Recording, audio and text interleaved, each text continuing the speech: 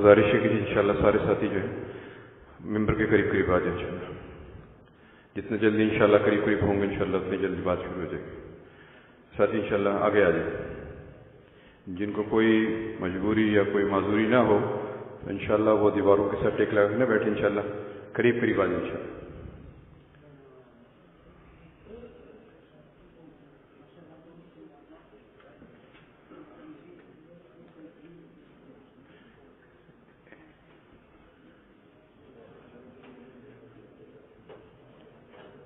اگر یہاں پہ جو ہے جگہ ہے انشاءاللہ تو یہاں ٹرانسلیشن یہاں پہ ہوگی. English translation inshallah we take it on the right side. If there is no space inshallah that would be on the back end of the hall, the other hall that side. And the Arabic translation inshallah will be in the adjacent hall out of this hall.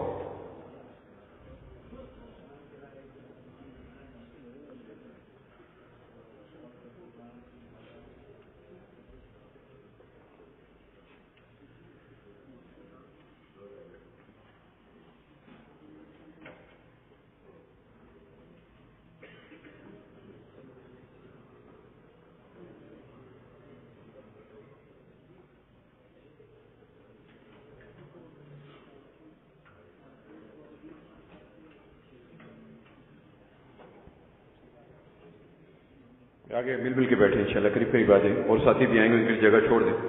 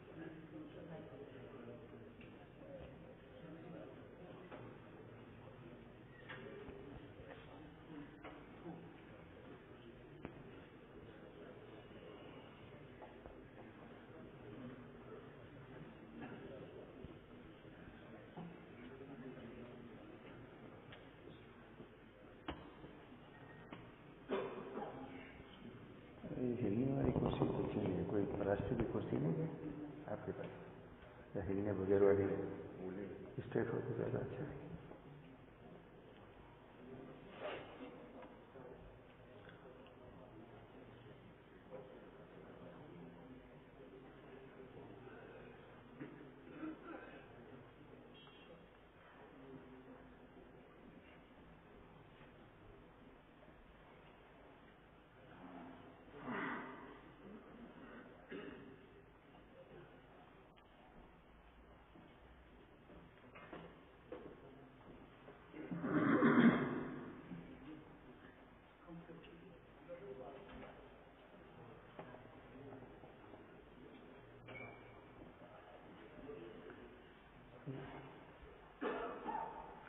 بیٹا تھوڑا پانی بھی لے لو تو اچھا ہے.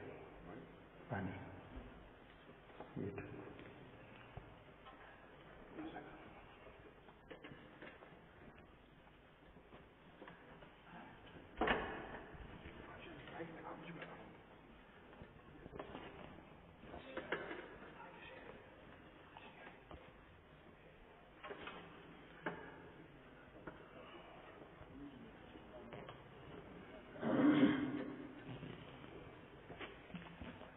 ساتھی قریب آ جائے. ہر آدمی اپنے آگے جگہ دیکھ لیں، جتنا آگے بڑھ سکتے ہیں اتنا آگے بڑھ جائے گی.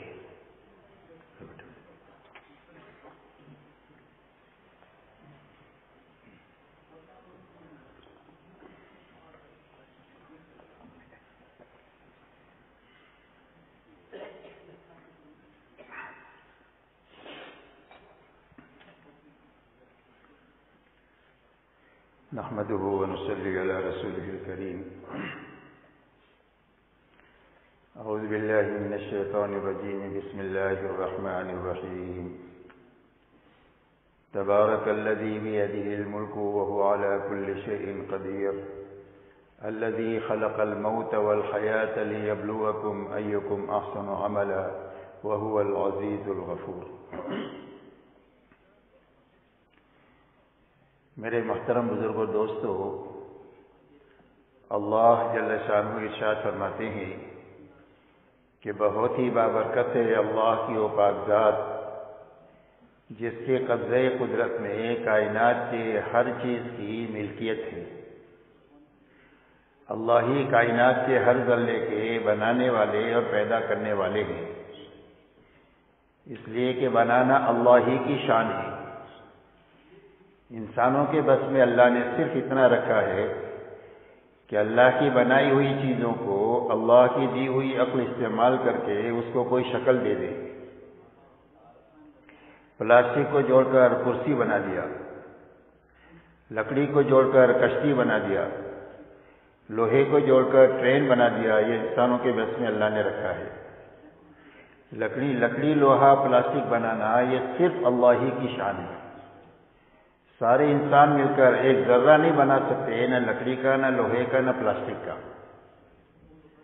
دوسری بات میرے دوستو یہ ہے کہ کوئی بھی چیز دنیا میں چھوٹی بڑی جہاں کہیں بھی ہے اور جس کسی کے بھی ہاتھ میں ہے وہ اللہ ہی کی ملکیت میں ہے، اللہ ہی اس کے مالک ہے. کوئی بھی چیز بننے کے بعد میں اللہ کی ملکیت سے نکل نہیں سکتی. ایسا نہیں ہے جیسے دنیا میں ہوتا ہے کہ ایک آدمی نے گاڑی بنائی، دوسرے آدمی نے گاڑی خرید لیا تو بنانے والے کی ملکیت ختم ہو گئی، اب خریدار مالک ہے. ایسے ایک آدمی نے گھڑی بنائی، دوسرے نے گھڑی خرید لیا تو بنانے والے کی ملکیت ختم ہو گئی، اب خریدار مالک ہے. لیکن کائنات کا جتنا نظام اور جتنی چیزیں جہاں کہیں بھی ہے اور جس کسی کے بھی ہاتھ میں ہے اس کے مالک صرف تنہا اللہ ہی ہے. اور کائنات کے ہر ذرے پر اللہ ہی کی چلتی ہے. اللہ ہر چیز پر قادر ہے. اسی لیے آئے دن ہم دیکھتے ہیں کہ ایک آدمی ریوالور خریدتا ہے اپنی حفاظت کے لیے، اور ایک دن ایسا آتا ہے کہ اپنی کمپیٹی پر رکھ کر خودکشی کر لیتا ہے. پتہ چلا بندوق تو اس کے ہاتھ میں ہے لیکن اس پر چلے گی اللہ کی. اللہ چاہیں گے تو حفاظت ملے گی اور اللہ چاہیں گے تو موت آئے گی. لوگ بہت محنت اور کوشش سے مال جمع کرتے ہیں اپنی راحت کے لیے، لیکن غلط لوگوں کی نظر پڑ جاتی ہے تو یہی مال اس کی ہلاکت کا ذریعہ بن جاتا ہے. آئے دن واقعات آپ سنتے رہتے ہیں. بچوں کو پال پوس کر کے آدمی بڑا کرتا ہے بڑھاپے کے سہارے کے لیے، اور یہی بچے اس کے لیے وبال جان بن جاتے ہیں. آدمی چاہتا ہے کاش یہ بچہ بچپن میں ہی مر گیا ہوتا. اتنا پریشان ہو جاتا ہے بچوں کی طرف سے. پتہ یہ چلا کہ جو کوئی بھی جس کے پاس میں ہے اس پر صرف تنہا اللہ ہی کی چلتی ہے. اور کائنات کا یہ سارا نظام اللہ کے امر کے ساتھ جڑا ہوا ہے. جیسے مائک ہے کرنٹ کے ساتھ جڑا ہوا ہے. اگر کرنٹ جو ہے وہ نظر نہیں آتا، اگر کرنٹ چلا جائے تو آواز ختم ہو جائے. ایسا ہی کائنات کا سارا نظام اللہ کے بقا کے امر کے ساتھ جڑا ہوا ہے. جب تک بقا کا امر ہے تو باقی ہے، اور جب اللہ کا فنا کا امر آئے گا تو ساری دنیا فنا ہو جائے گی. اسی لیے فرمایا کل من علیہا فان ویبقى وجہ ربک ذو الجلال والاکرام. فرمایا ہر چیز فنا ہو جائے گی، صرف اللہ کی ذات باقی رہے گی. اللہ شانہ پوچھیں گے لمن الملک اليوم، ملکیت کس کی ہے، کون مالک ہے؟ تو کوئی بھی جواب دینے والا ہے، نہ انسان، نہ فرشتہ، نہ جن. اللہ فرمائیں گے للہ الواحد القہار.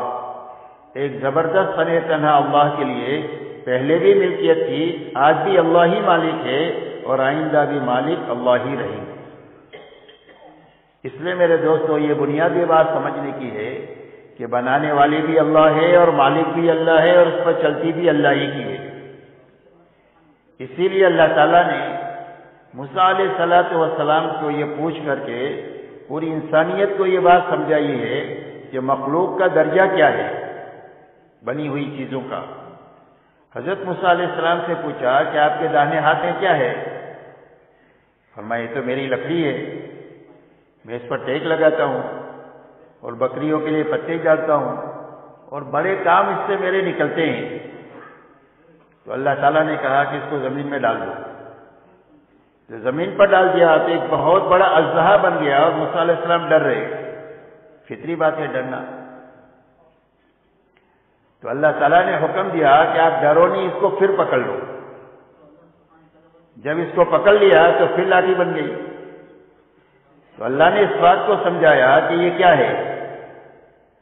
فرمایا نہ لاٹھی ہے نہ سانپ ہے، اللہ جو چاہے وہ ہے۔ اس لیے دنیا کی کسی کی کوئی بھی بڑے سے بڑی نفع والی شکل سے متاثر ہونے کی ضرورت نہیں ہے، اور بڑے سے بڑی نقصان پہنچانے والی شکل سے بھی ڈرنے کی ضرورت نہیں ہے، اس لیے کہ اس کا نفع اور نقصان ذاتی نہیں ہے۔ اللہ چاہیں گے تو اس میں سے نفع نکلے گا، اللہ چاہیں گے تو اس میں سے نقصان نکلے گا۔ اس لیے کہ کائنات کے ہر ذرے پر صرف اللہ ہی کی چلتی ہے، اور ساری انسانیت اپنے تمام تر خزانوں اور طاقت کے ساتھ اللہ کے سامنے ان کی حیثیت ایک مکڑی اور مکڑی کے جالے سے زیادہ نہیں ہے۔ اللہ جل شانہ فرماتے ہیں مثل الذین اتخذوا من دون اللہ اولیاء کمثل العنکبوت اتخذت بیتا وان اوہن البیوت لبیت العنکبوت۔ فرمایا ان لوگوں کی مثال کہ جنہوں نے اللہ کے علاوہ کو اپنا دوست بنایا، اپنا مشکل کشا اور حاجت روا بنایا کہ اس سے ہماری حاجتیں پوری ہوں گی۔ اللہ فرماتے ہیں ان کی حیثیت ہمارے سامنے مکڑی کی سی ہے، مکڑی۔ اور یہ فرمایا کہ مکانات میں سب سے زیادہ کمزور گھر جو ہے وہ مکڑی کا ہے، اس لیے اس مکڑی کے سارے گھر جالوں سے بھرے ہوئے ہوں تو ختم کرنے کے لیے کوئی بڑی طاقت کی ضرورت نہیں ہے، صرف ایک جھاڑو کافی ہو جاتا ہے۔ اسی لیے دنیا کی ساری انسانیت اپنے تمام تر وسائل کے ساتھ اور طاقتوں کے ساتھ میں اگر اللہ کی طرف سے بھیجے جانے والے ہوا کے طوفان کو اگر بچنا چاہے تو بچ نہیں سکتے۔ قوم عاد پر ہوا کا طوفان آیا تو پوری قوم اجڑ کے رہ گئی، اس لیے کہ اللہ کی کسی ادنا مخلوق کا ساری انسانیت مل کر مقابلہ نہیں کر سکتی ہے اگر اللہ اس مخلوق کو انسانیت کے خلاف بنا دے۔ اگر پانی کا ریلا چھوڑ دے تو ساری انسانیت مل کر اپنے آپ کو ڈوبنے سے بچا نہیں سکتی، پوری قوم نوح اپنے آپ کو بچا نہیں سکتی۔ اگر آپ کا لاوا اللہ زمین پر نکال دے کہیں سے تو پوری دنیا کے فائر بریگیڈ مل کر کے اس آگ کو بجھا نہیں سکتے، صرف شرط یہ کہ عذاب کا لاوا نکلنا چاہیے، تو پھر دنیا اس کا مقابلہ نہیں کر سکتی۔ اور اگر اللہ زمین کو ہلا دے تو ساری دنیا مل کر زلزلے سے زمین کو بچا نہیں سکتی ہے، پوری زمین ایک وقت میں چند سیکنڈ میں قبرستان بن جائے۔ اس لیے میرے دوستو ساری طاقت اللہ کی ہے، اور طاقت اس کی ہے جس کے ساتھ اللہ ہو جائے۔ طاقت اس کی ہے جس کے ساتھ اللہ ہے وہ طاقتور ہے، اور جس کے ساتھ اللہ نہیں ہے وہ دنیا کا سب سے زیادہ کمزور ترین انسان ہے، چاہے دنیاوی اعتبار سے کتنے ہی بڑے بڑے وسائل کے مالک کیوں نہ ہو۔ ایسے زبردست طاقتور اللہ نے زندگی اور موت کو پیدا کیا۔ اللہ کا نظام یہ ہے کہ اللہ نے ہر چیز کا جوڑا بنایا ہے۔ آسمان کا جوڑا زمین ہے، مرد کا جوڑا عورت ہے، خوشی کا جوڑا غم ہے، راحت کا جوڑا تکلیف ہے، بیماری کا جوڑا تندرستی، ہر چیز ایسا گنتے چلے جاؤ۔ اللہ نے ہر چیز کا جوڑا بنایا ہے۔ ایسا ہی زندگی کا جوڑا اللہ نے موت کو بنایا ہے، اور دنیا کا جوڑا اللہ نے آخرت کو بنایا ہے۔ تو یہ سمجھنے کی بات ہے اور پوری امت اور انسانیت کو سمجھانے کی بات ہے کہ زندگی کیوں ہے اور موت کیوں ہے، اور دنیا کیوں ہے اور آخرت کیوں ہے۔ اس لیے کہ ہر زمانے میں اکثریت انسانوں کی وہ ہے جو اس مسئلے میں دھوکے کے ساتھ زندگی گزار کر ہمیشہ ہمیشہ کے لیے تباہی کا شکار ہوئی ہے۔ اس لیے کہ ہر زمانے میں انسانیت یہ سمجھتی رہی کہ زندگی اس لیے ہے کہ اچھا کھانا مل جائے، اچھا کپڑا مل جائے، اچھے مکانات مل جائے، اچھی سواریاں مل جائیں اور خوبصورت عورتیں مل جائیں، اسی کو اپنی زندگی کا کام اور مقصد بنا کر اپنی تمام تر توانائی اس کے پیچھے لگا کر ہمیشہ کی آخرت کو بھی اجاڑ چکے ہیں اور دنیا کو بھی نتیجتاً اجاڑ چکے ہیں۔ حالانکہ یہ ضرورت ہے، یہ کام نہیں ہے، اس لیے اللہ اپنے بندوں پر بہت مہربان ہے۔ تو مہربانی کے ناطے اللہ تعالیٰ نے اس مسئلے کو انسانوں کی عقل پر نہیں چھوڑا، بلکہ نبیوں کو بھیج کر انسانوں کی رہبری کرائی گئی کہ زندگی کیوں ہے اور موت کیوں ہے۔ اور ہر نبی نے اپنے زمانے کے لوگوں کو آ کر سب سے پہلی بات یہ بتائی کہ زندگی کام کے لیے ہے اور موت حساب کے لیے ہے۔ زندگی کس کے لیے ہے؟ کام کے لیے، اور موت کیوں ہے؟ حساب کے لیے ہے کہ جو کام دیا گیا ہے وہ پورا ہوا نہیں ہوا، اس کے حساب کے لیے موت ہے۔ اور دنیا کام کے لیے ہے اور آخرت بدلے کے لیے ہے۔ اس دنیا میں کام ہے، یہاں بدلہ نہیں ہے۔ اگر ایک آدمی نیکی کے راستے پر چلے گا تو نیکی کی برکت ملے گی، بدلہ آخرت میں ملے گا۔ دین کے دو نفع ہیں، ایک برکت ہے اور ایک بدلہ ہے۔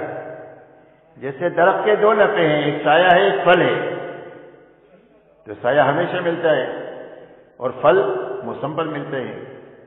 تو ایسا ہی اللہ نے بدلے کی جگہ آخرت بنائی اور دنیا میں نیکی کی برکت ملے گی، دین کی، جس برکت سے آدمی کی زندگی حیات طیبہ بن جائے گی، پاکیزہ زندگی بن جائے گی، جس کا جینا بھی آسان ہو جائے گا، مرنا بھی آسان ہو جائے گا۔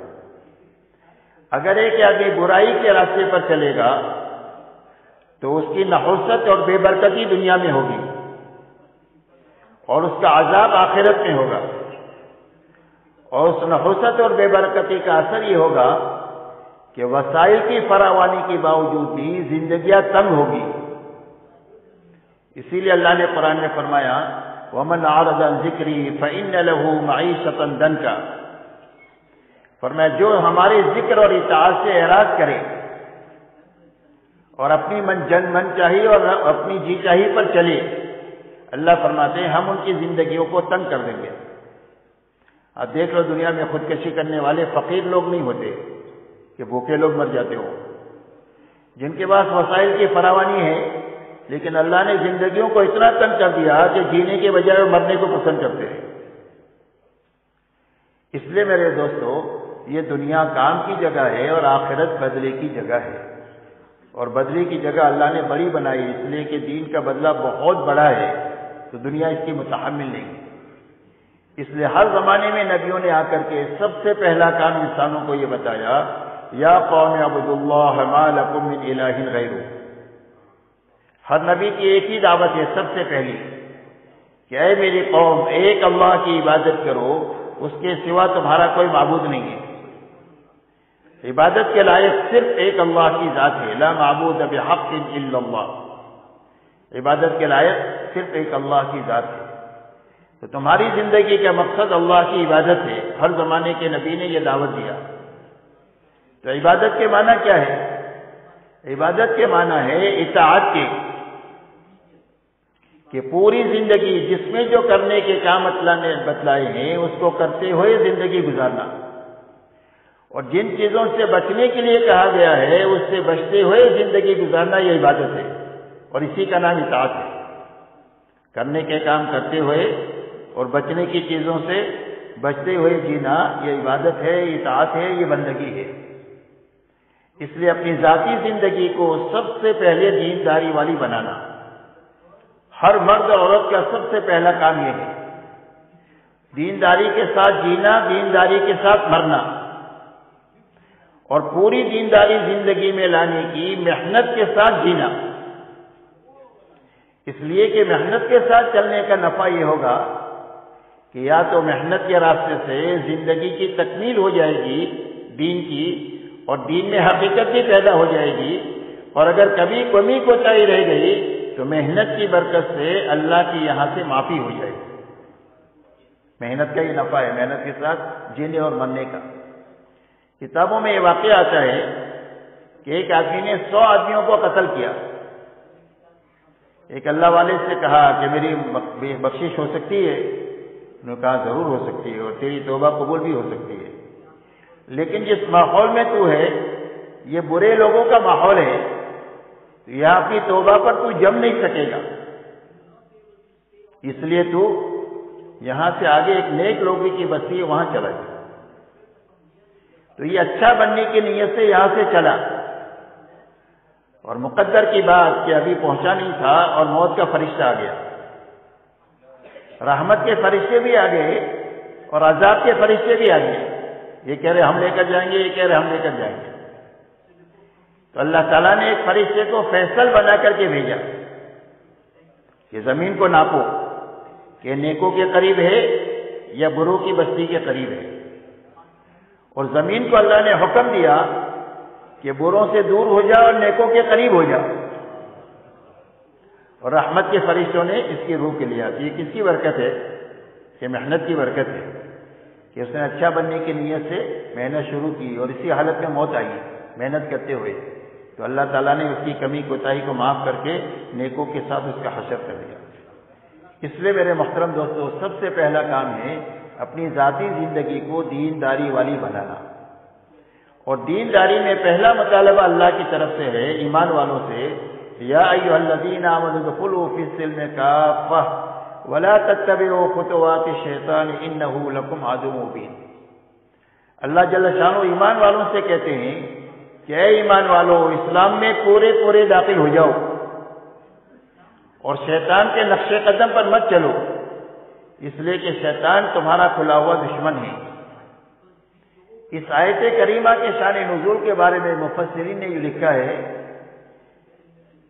کہ یہ آیت اتری حضرت عبداللہ ابن سلام رضی اللہ تعالیٰ عنہ کے بارے میں، جو اسلام سے پہلے ایک آسمانی مذہب کے ماننے والے تھے، اور اسلام سے پہلے وہ سچا مذہب تھا نجات کے لیے۔ اسلام آ گیا تو اللہ نے سارے مذاہب کو منسوخ کر دیا اور اعلان کیا دیا ان الدین عند اللہ الاسلام۔ اب اللہ کے یہاں کامیابی کا اور قبولیت کا راستہ صرف دین اسلام کا ہے، اور جو اسلام کے علاوہ راستے پر چل کر آئے گا اس کی آخرت ہمیشہ ہمیشہ کے لیے اجڑ جائے گی۔ تو اس مذہب میں اونٹ کا گوشت کھانا منع تھا، اسلام میں حلال ہے، فرض واجب تو ہے نہیں۔ تو ان کے دل میں یہ بات آئی کہ اگر میں اونٹ کا گوشت نہ کھاؤں تو اسلام پر بھی عمل ہو جائے گا اور پہلے مذہب پر بھی عمل ہو جائے گا۔ ایسے اچھے جذبے سے ایک مباح چیز کو چھوڑ دیا، کوئی فرض واجب نہیں چھوڑا، کوئی گناہ کا کام نہیں کیا، مباح چیز چھوڑ دیا۔ مباح اس کو کہتے ہیں آپ کریں تو ٹھیک ہے، نہ کریں تو کوئی پکڑ نہیں، یہ مباح ہوتی ہے۔ اس پر اللہ کی طرف سے آیت اتر رہی ہے کہ اے ایمان والو، اسلام میں پورے داخل ہو جاؤ۔ اسلام کے آنے کے بعد کسی اور مذہب کی طرف اور کسی اور تہذیب اور تمدن کی طرف اور کسی اور کے طور طریقوں کی طرف تمہارا للچائی ہوئی نگاہوں سے دیکھنا اللہ اس کو برداشت نہیں کریں گے، اس لیے کہ ہم نے دین پورا اتار دیا ہے اور اپنی نعمتوں کو دین کے راستے سے تمہارے پر تمام کر لیا ہے، اور دین اسلام پسند کر کے دے دیا ہے، اب ادھر ادھر تانگ جان کی اجازت نہیں۔ اس لیے میرے دوستو، ہر ایمان والے سے مطالبہ ہے، دعوت اور تبلیغ کی محنت اپنی زندگی میں اور پوری امت کی زندگی میں دین پر چلنے کی طاقت پیدا کرنے کا کام ہے۔ دعوت و تبلیغ کی محنت کس کے لیے ہے؟ کہ ہر فرد امت میں محنت کرنے والے میں بھی اور امت میں بھی دین پر چلنے کی طاقت پیدا ہو جائے، اس لیے کہ امت کا المیہ یہ نہیں ہے کہ دین معلوم نہیں ہے، کہ ایسا ہے کہ امت کو دین معلوم نہیں ہے کہ نماز پڑھنا فرض ہے، سود لینا حرام ہے، زکوٰۃ دینا فرض ہے، کہ بھائی معلوم ہے کہ نہیں؟ تو معلومات خوب ہے اور دین پر چلنے کے وسائل بھی ہے، دین پر چلنے کے وسائل بھی ہے، مسجد بھی ہے، مدرسہ ہے، علماء کرام ہے، مفتیان نظام ہے، ہر زبان میں دینی کتابیں ہیں، وسائل بھی ہے اور معلومات بھی ہے، لیکن دین نہیں ہے۔ یہاں تک کہ دینی افلاس کا حال یہ ہے کہ کہنے کو آپ کہہ لو کہ دنیا میں 80-90 مسلمانوں کے ملک ہیں، لیکن کوئی ملک ایسا نہیں بتلا سکتے ہو کہ جس ملک میں 100% ایمان والے پورے دین پر چل رہے ہو۔ ملک کو چھوڑو، کوئی صوبہ نہیں بتلا سکتے، صوبہ چھوڑ کر کوئی گاؤں نہیں بتا سکتے جس میں 3000 مسلمانوں کے گھر ہوں اور 20,000 بالغ مرد اور عورتیں رہتی ہوں اور پورے دینداری کے ساتھ رہتے ہوں. ایسا گاؤں بتانا مشکل ہو گیا. اور جتنی پریشانیاں انفرادی اجتماعی زندگیوں میں ہیں یہ دین کی کمی کی وجہ سے ہے، ملک و مال کی کمی کی وجہ سے نہیں ہے. اس لیے کہ اللہ کی طرف سے حالات جو آتے ہیں وہ چیزوں کی کمی زیادتی کی وجہ سے نہیں آتے، بلکہ اعمال کے اچھے برے ہونے کے نتیجے میں آتے ہیں. اس لیے میرے دوستو یہ محنت جو ہے وہ طاقت پیدا کرنے کے لیے ہے کہ ہر فرد امت میں پورے دین پر چلنے کی طاقت پیدا ہو جائے. جب طاقت پیدا ہو جائے گی تو آسانی کے ساتھ دین آ جائے گا. حضور صلی اللہ علیہ وسلم کے زمانے میں اوامر اور نواہی کے آنے سے پہلے کہ یہ کرنا ہے، اس سے بچنا ہے، یہ احکامات بعد میں آئے. پہلے طاقت پیدا کی گئی امت میں حکم پر چلنے کی، اللہ کی عظمت اور بڑائی کو سمجھانے کے راستے سے، اللہ کی قدرت اور خزانوں کو سمجھانے کے راستے سے اور آخرت کو سمجھانے کے راستے سے استعداد پیدا ہو گئی اور طاقت پیدا ہو گئی حکموں پر چلنے کی. اب احکامات آئے کہ یہ کرنا ہے، یہ نہیں کرنا ہے. اور جب طاقت پیدا ہو گئی تو 23 سال میں قرآن کا اترنا مکمل ہو گیا اور 23 سال میں قرآن پر عمل بھی مکمل ہو گیا. ان کے بارے میں آتا ہے کانوا کتاب اللہ یمشون علی الارض، فرمایا زمین پر اللہ کی چلتی پھرتی کتاب تھی کہ بھائی جاگ رہے سو رہے. زہر بعد کا وقت ویسے بھی سونے کا وقت ہوتا ہے لوگوں کے لیے، نہ چاہتے ہوئے بھی نیند آ جاتی ہے اور بیان کرنے والے کی بھی بہت بھاری ہے زہر کے بعد کا وقت. لیکن ایک بھاری کام میں کر رہا ہوں، آپ بھی تھوڑا سا کر لو. اس کے لیے کوئی سو نہیں، اس لیے کہ آپ لوگوں نے مجھے کرسی پر بٹھایا ہے تو مجھے نظر آتا ہے کون جاگ رہا ہے کون سو رہا ہے. تو سونے والے زیادہ ہو جائیں گے تو بیان ختم کر دینا پڑے گا کہ بھائی رحم کر کے چھوڑ دو، مجمع سونا چاہتا ہے اور کام ادھورا رہ جائے گا. کہ بھائی کام ادھورا ہونا چاہیے کہ پورا ہونا چاہیے؟ پورا ہونا چاہیے. اللہ خوش رکھے.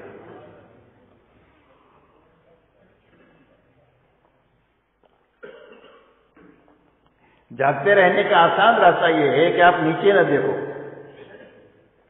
آنکھیں بند نہ کرو کہ مراقبہ ہم تو دھیان سے سن رہے نہیں. آنکھیں بند نہ کرو، گھٹنوں میں ہاتھ مت ڈالو. یہ سب سونے کی نیتیں ہوتی ہیں. غیر ضروری ٹیکا نہ لگاؤ. جو معذورین ہیں ان کے لیے کوئی حرج نہیں، معذورین کے لیے شریعت میں بڑی اجازت ہے. تو اس لیے ان چیزوں سے بچ کر بات کرنے والے کی طرف دیکھتے رہو. جیسے میں آپ سے دیکھ کر بات کر رہا ہوں ایسا آپ مجھے دیکھو تو انشاءاللہ نیند نہیں آئے گی. ٹھیک ہے بھائی، جا کر سنیں گے سب. اللہ خوش رکھے سب. کیا کہہ رہا تھا کسی کو یاد ہے؟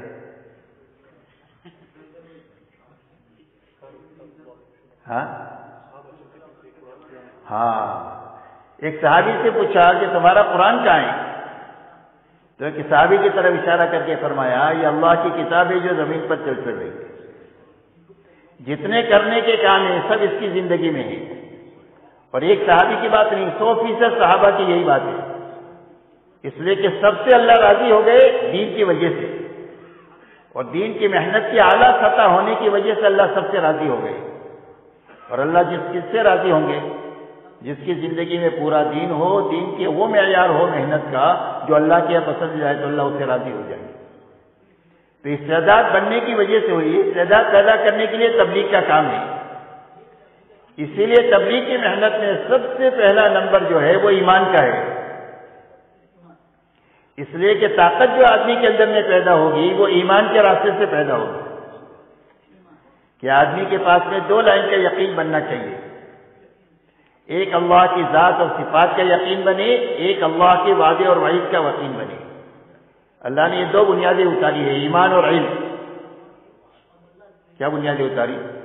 2 بنیادیں، ایمان اور علم.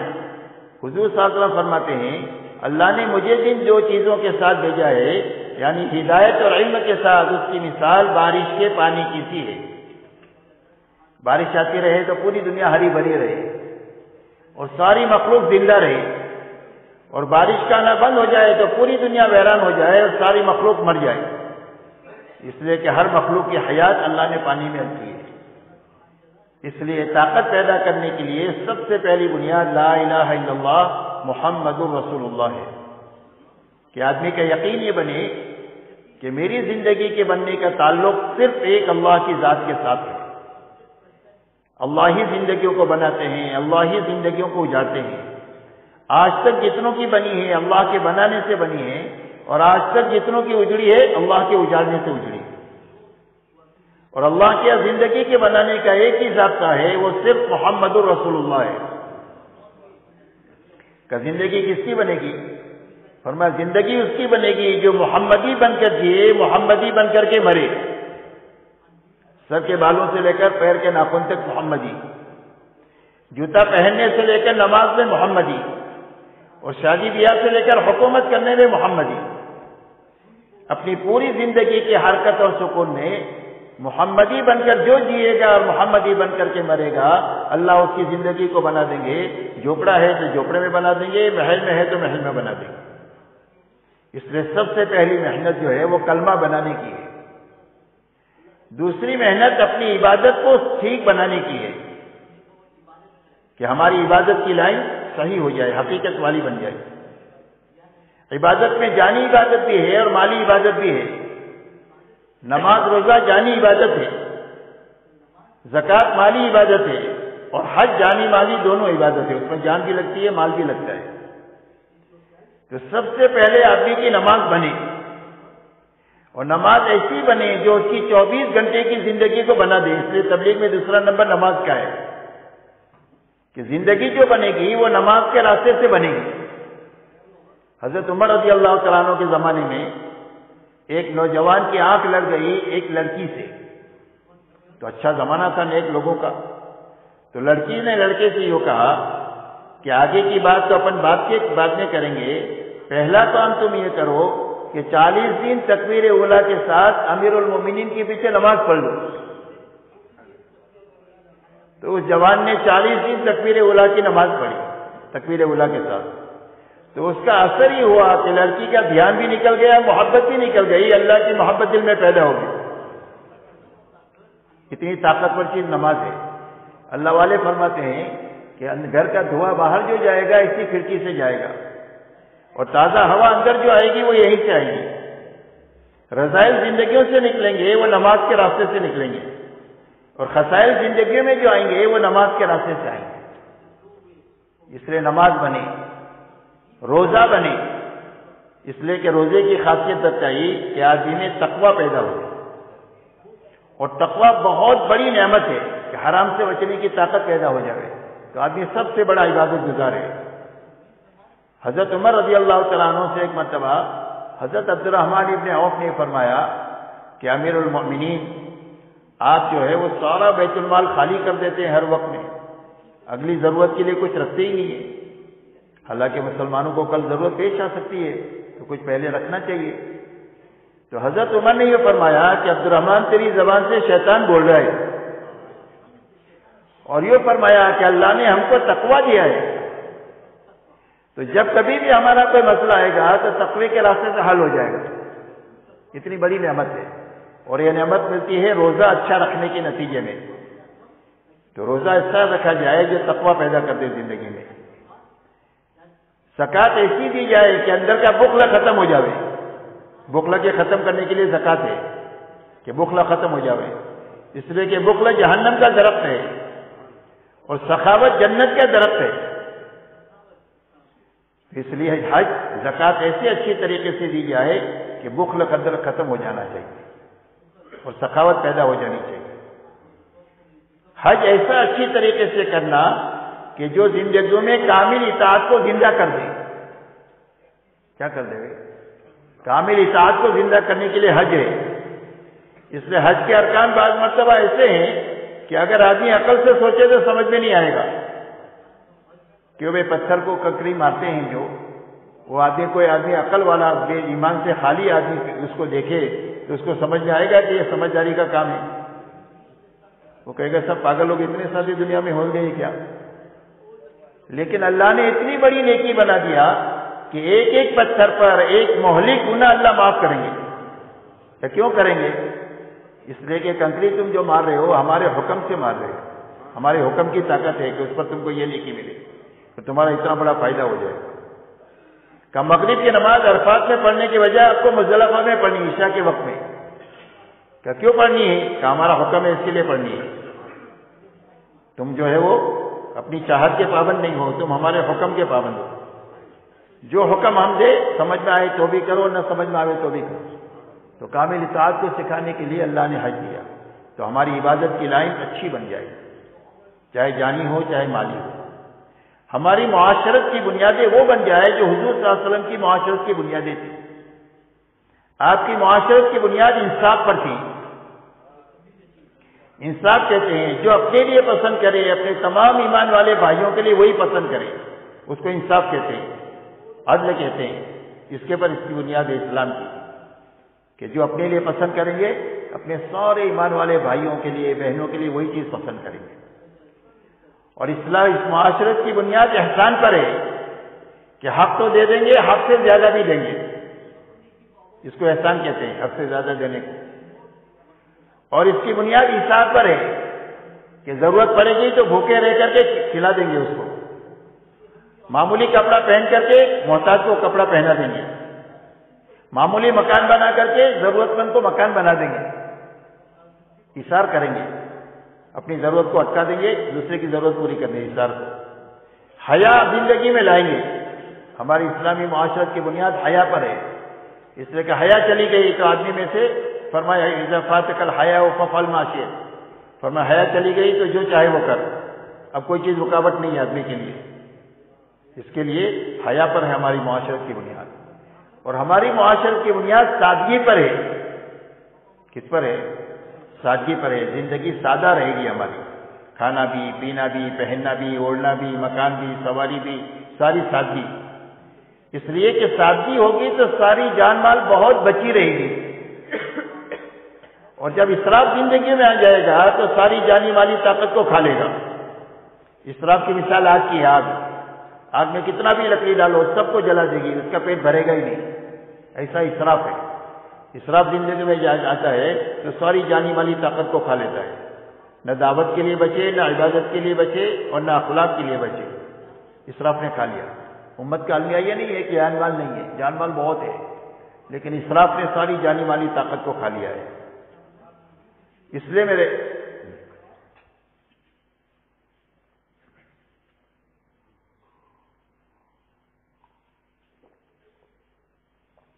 ہماری معاشرت کی بنیاد سادگی پر ہے. صحابہ کے پاس بہت آیا، آخر میں شروع میں تنگی ہوئی تھی، لیکن ان کی زندگیاں بدلی نہیں. ان کی زندگیاں بدلی نہیں. وہی کھانا موٹا سوٹا، اور وہی معمولی کپڑے، اور وہی مکانات. تقریباً صدیق اکبر اور حضرت عمر کے زمانے میں تو وہی کیفیت رہی جو حضور صلی اللہ علیہ وسلم کے زمانے میں تھی. اس کے بعد میں تھوڑی سی ترقی ہوئی صرف امت کو سمجھانے کے لیے کہ یہاں تک جا سکتے ہیں. اگر وہاں تک جانے کا نہ سمجھایا جاتا تو سب کے لیے مشکل ہو جاتا. تو امت کی آسانی کے لیے خلفائے راشدین کی حیات پوری امت کے لیے نمونہ ہے قیامت تک کے لیے. تو ہماری معاشرت کے اندر میں یہ بنیادیں زندہ ہو جائیں. جب معاشرت صحیح ہو جائے گی تو پوری امت ایک اور نیک بن جائے گی. اور جب ایک اور نیک بن جائے گی تو اللہ کی مدد کی مستحق ہو جائے گی. اختلاف اور اختلاف جو ہے یہ مدد کو اٹھا دینے والا ہے، اور اجتماعیت جو ہے وہ اللہ کی مدد کو اتارنے والی چیز ہے. اجتماعیت پیدا ہوگی حضور صلی اللہ علیہ وسلم والی معاشرت سے. اسی لیے پوری امت ایک بن گئی. حضرت سلمان فارس کے ہیں، صہیب روم کے ہیں، حضرت بلال حبشہ کے ہیں، حضرت عمر قریش کے ہیں، اور سارے امت واحد ایک ہی امت ہے. حضرت عمر فرماتے ہیں سیدنا بلال کوئی معمولی آدمی نہیں ہے، وہ تو ہمارے آقا ہے. مہاجرین کہتے ہیں سلمان ہمارے ہیں، انصار کہتے ہیں سلمان ہمارے ہیں. حضور فرماتے ہیں سلمان تو میرا ہے، میرے گھر کا ایک فرد ہے. یہ ہماری معاشرت ہے جو امت کو ایک بنا دے گی. ہمارے معاملات صحیح ہو جائے گے. کھانے کمانے کی لائنوں میں سچائی آنی چاہیے، امانت داری آنی چاہیے، مشتبہ سے بچنا چاہیے، حرام سے بچنا چاہیے. اس لیے کہ حلال اور حرام کی تاثیر ایسی ہے جیسا کہ کھانے کی ہوتی ہے. اچھا کھانا پیٹ میں جائے گا تو طاقت بنے گی، سڑا ہوا کھانا پیٹ میں جائے گا تو فوڈ پوائزن ہو جائے گا. جلاب ہو گیا، قے ہو گئی، پوڑی پھسی نکل گئی، کیا کیا ہوا، سڑا ہوا کھانا پیٹ میں چلا گیا. ایک اللہ والے فرماتے ہیں میری دعوت کیا ایک نیک آدمی نے، اور وہ کھانا کھانے کے بعد کئی دنوں تک مجھے تہجد پڑھنے کا مزہ آیا. وہ چند لقمے کا اثر یہ تھا. اور ایک غلط آدمی کیا میری دعوت ہو گئی، اس کا کھانا کھانے کے بعد کئی دنوں تک میرے اندر زنا کا جذبہ پیدا ہوا۔ اللہ ہماری اور امت کی حفاظت فرمائے۔ حلال و حرام کمائیوں کی یہ اثرات ہے، اس لیے اپنے کمانے کی لائن کو سچائی اور امانت داری پر لانا، یہ وہ اسلام کی بنیادیں ہیں، سچائی اور امانت داری، جھوٹ سے بچنا، دھوکے سے بچنا، وعدہ خلافی سے بچنا، ملاوٹ سے بچنا، یہ ایمان والا کبھی نہیں کر سکتا ہے۔ فرمایا من غشنا فلیس منا، جو دھوکہ دے وہ ہمارا نہیں ہو سکتا۔ حضور صلی اللہ علیہ وسلم فرماتے ہیں ہمارے اخلاق میں بلندی آئی، ہمارے اخلاق میں بلندی آئے، اور اخلاق کی بلندی کا خلاصہ 4 باتوں میں ہے۔ حضور صلی اللہ علیہ وسلم نے فرمایا جو تمہارے ساتھ برائی کرے اس کے اوپر بھلائی کرو۔ جی امور طے بعد میں ہوں گی، بات پوری ہوگی اس کے بعد امور طے ہوں گی، یا تو ایک کام کر لو یا وہ کام کر لو۔ تو مختصر ہی کرنی کہ کروں گا میں تو مختصر کروں، کتنا 1 گھنٹہ تو کروں کہ نہیں کروں، 1 گھنٹے سے بھی کم کروں، ابھی دعا پڑھا دوں گا۔ دیکھو تو یہ 1 آدھ گھنٹے کی بات تو ہوتی ہے کہ بھئی بات تو پوری کرنا چاہیے کہ نہیں۔ میں ابھی آتا ہوں، چلو 1 آدھ گھنٹے، ابھی تھوڑا میرے خیال سے کتنے بجے بات شروع ہوئی؟ 2 بجے، 2 بجے چھوڑی، آدھا گھنٹہ ہوا ہے، تو تھوڑی دیر میں آتا ہوں، چلو۔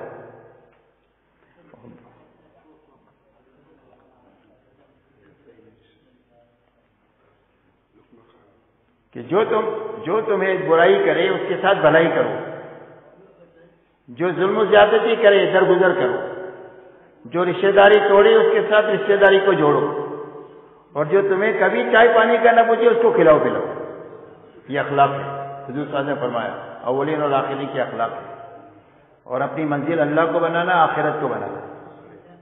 ہماری منزل کیا ہے؟ اللہ ہے اور آخرت ہے، روز آخرت کی طرف جا رہے ہیں۔ اللہ راضی رہنا چاہیے زندگی میں بھی اور موت کے وقت میں بھی، اور ہماری آخرت بنتی رہنی چاہیے، اجڑتی رہنی نہیں چاہیے۔ اس لیے میرے دوستو سب سے پہلے بنیاد یہ ہے، ہر مسلمان کی یہ پہلی ضرورت ہے، پہلا کام ہے۔ دوسرا کام میرے دوستو یہ ہے کہ اپنی ذاتی زندگی کو بناتے ہوئے ہمارا گھرانہ دیندار بنے، ہمارا محلہ اور بازار دیندار بنے، ہمارے گاؤں اور شہر دیندار بنے، ہمارے گاؤں اور شہر دیندار بنے، اور پورا عالم دیندار بنے، اس لیے کہ پورا عالم ایک محلے جیسا ہو گیا ہے۔ کیسا ہو گیا؟ ایک محلے جیسا۔ اگر کوئی اچھائی چلتی ہے تو چند سیکنڈ میں پوری دنیا میں چلی جاتی ہے، اور اگر کوئی برائی چلے تو تھوڑی دیر میں پوری دنیا میں چلی جاتی ہے۔ تو پوری دنیا اتنی چھوٹی ہو گئی۔ تو ہمارے گھر سے لے کر پورے عالم کا ماحول دینداری کا بننا چاہیے، یہ محنت ہمارے ذمہ ہے۔ یہ برکت ثواب کی چیز نہیں ہے کہ کریں گے تو برکت ملے گی اور کریں گے تو ثواب ملے گا، بلکہ ذمہ داری ہے۔ ذمہ داری اس کو کہتے ہیں جس کے کرنے پر بڑی بڑی مددیں ہو جاوے اور نہ کرنے پر پوچھ ہو جاوے، اور ایسے حالات پیدا ہو جاوے کہ بہت ساری جینا بھی مشکل ہو جاوے۔ تو یہ دوسری ذمہ داری ہے، اور اسی لیے اللہ تعالیٰ نے ہم کو جان مال دی ہے اور صلاحیتیں دی ہے۔ جو کچھ بھی اللہ نے ہم کو دیا ہے وہ ان 2 کاموں کے لیے دیا ہے، ایک دین پر لگانے کے لیے اور ایک دعوت پر لگانے کے لیے، اور ایک اخلاق پر لگانے کے لیے۔ یہ 3 بنیادیں ہیں، 3 جگہ لگانے کے لیے، اور اپنی ضرورت میں بقدر ضرورت لگانے کے لیے ہے۔ اسے انکار نہیں ہے کہ اپنی ضرورتوں میں بقدر ضرورت لگانا۔ محنت کا یہ رخ اتنا طاقتور ہے کہ اگر امت میں زندہ ہو جائے تو صدیوں میں جو نقصان ہوا ہے اس کی تلافی سالوں میں ہو جائے۔ صدیوں میں جو نقصان ہوا ہے اس کی تلافی چند سالوں میں ہو جائے۔ آپ انداز لگاؤ، حضرت عیسیٰ علیہ السلام اور محمد صلی اللہ علیہ وسلم کے بیچ میں 650 سال کا زمانہ ہے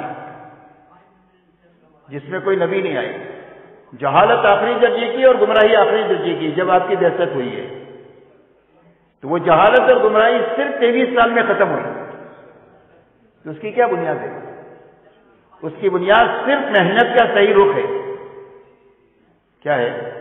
محنت کا صحیح رخ آپ نے قائم فرمایا، جس کے نتیجے میں 600 سال کا بگاڑ ختم ہو گیا، مجمع بھی بن گیا یقین کے اعتبار سے، اور ماحول بھی بن گیا۔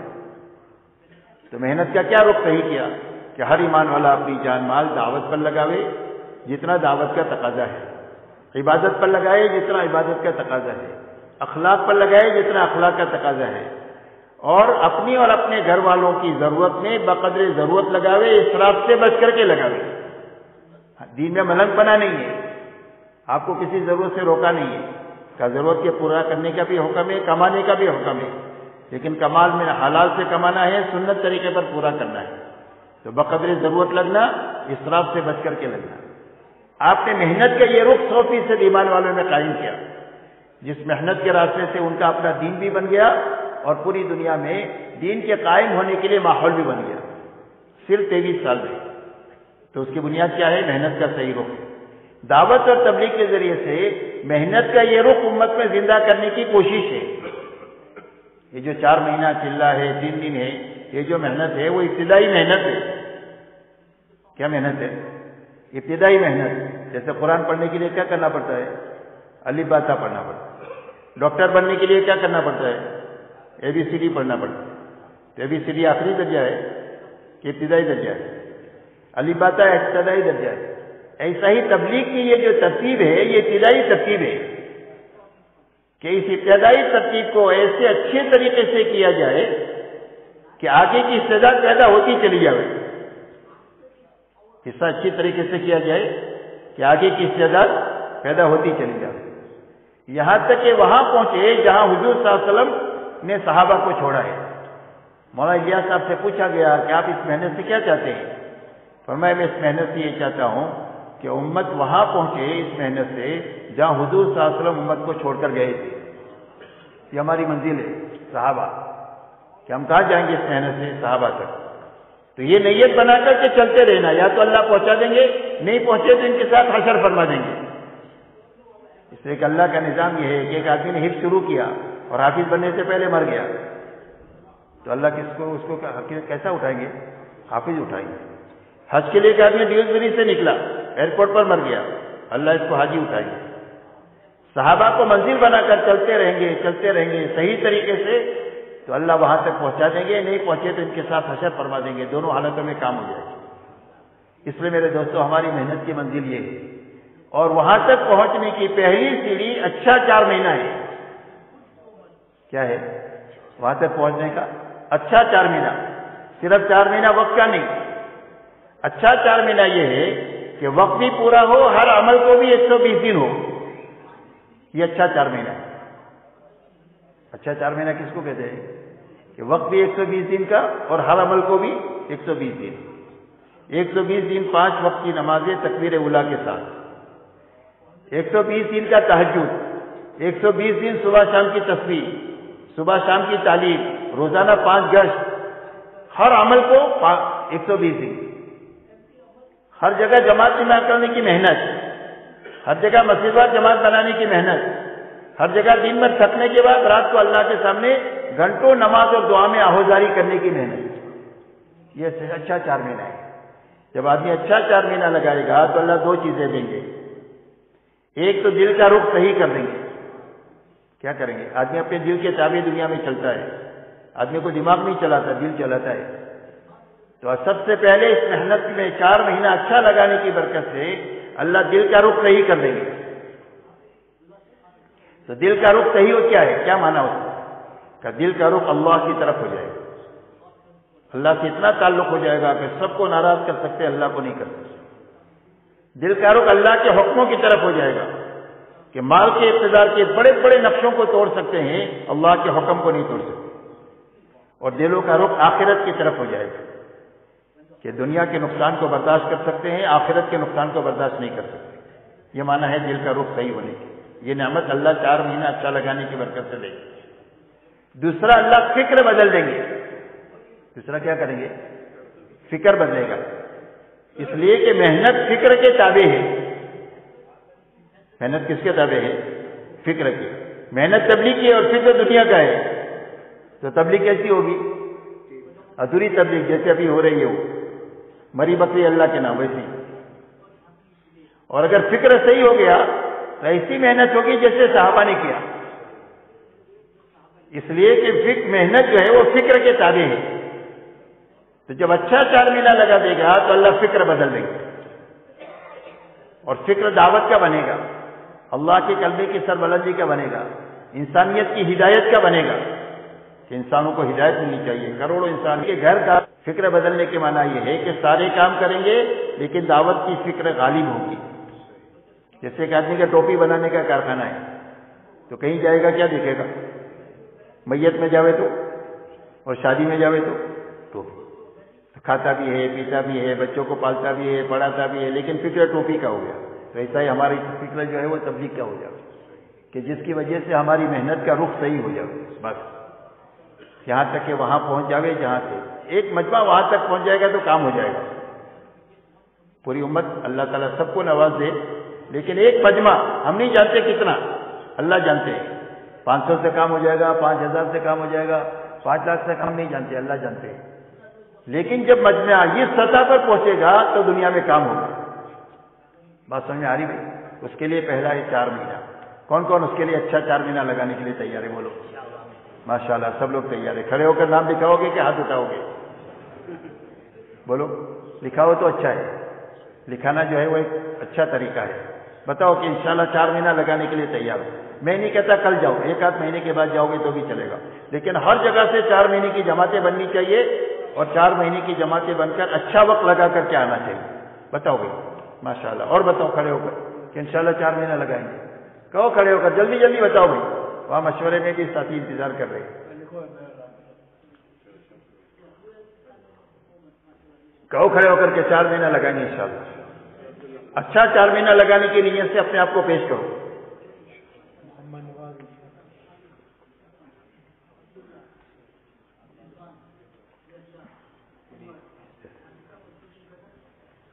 جی اور بتاؤ بھائی، اور بتاؤ، جلدی بتا دو بھائی، اب آپ کی طرف سے دیر ہو رہی ہے.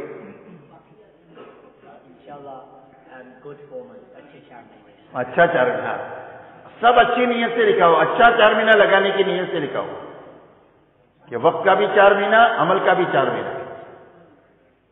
جی اور بتاؤ. ماشاءاللہ. اللہ قبول فرمائے، جان مال میں برکت عطا فرمائے، ساری رکاوٹوں کو اللہ دور فرمائے. اللہ دنیا بھی اچھی بنائے، آخرت بھی اچھی بنائے، اور قیامت تک کے آنے والی نسلوں کو دین اور دین کی محنت کے لیے قبول فرمائے. اور بتاؤ بھائی.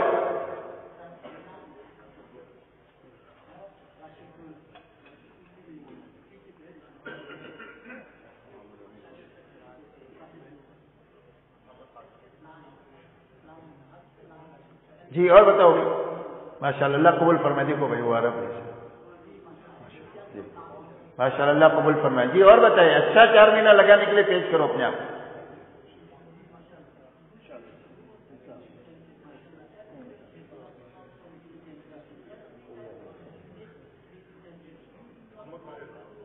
اللہ قبول فرمائے، جان مال میں برکت عطا فرمائے. اچھا بھائی، جن لوگوں نے ارادہ کر کے ابھی نام نہیں لکھایا ہے ان کا بھی ارادہ ہے کہ نہیں ہے؟ ماشاءاللہ سب کا ارادہ ہے. سب طے کرو کہ اچھا 4 مہینہ لگانا ہے اور جلدی سے جلدی لگانے کی ترتیب بناؤ. 4 مہینہ لگانے کا آسان راستہ یہ ہے کہ آدمی پکا ارادہ کرے کہ مجھے جانا ہے. اس کے بعد اپنے بس کی کوشش شروع کرے جو اپنے بس میں ہے اتنے، اور اللہ سے مانگنا شروع کرے اور وقت طے کرے اور لوگوں کو دعوت دے کہ میں فلاں وقت 4 مہینہ جا رہا ہوں، میرے ساتھ چلو. اتنا تھوڑا سا صدقہ دے دے. یہ کام کرنے سے اللہ تعالیٰ نکلنا آسان فرما دیں گے. ہر عمر میں نکلنا آسان فرمائیں گے اور ہر حال میں نکلنا آسان فرمائیں گے کہ بھائی کریں گے انشاءاللہ. اچھا بھائی، ابھی جو ہے انشاءاللہ 6 بجے ایک مجلس اور ہوگی جس میں کارگزاری کی مجلس ہوگی کہ بھائی کام کیسا ہو رہا ہے، کتنا ہو رہا ہے اور کتنا ہونا چاہیے. یہ ساری باتیں اس میں انشاءاللہ آئے گی. تو کہ بھائی آپ حضرات رہیں گے کہ چلے جائیں گے؟ پورا دن کی نیت کی ہے نا، کل صبح تک کی. تو اللہ آسان فرمائے، قبول فرمائے. جو لوگ نہیں آ سکے ان کو بھی بلا لے. ٹھیک ہے. سبحان اللہ وبحمدہ، سبحانک اللہم وبحمدک، نشہد ان لا الہ الا انت، نستغفرک ونتوب الیک. چلو مجھے ابھی السلام علیکم.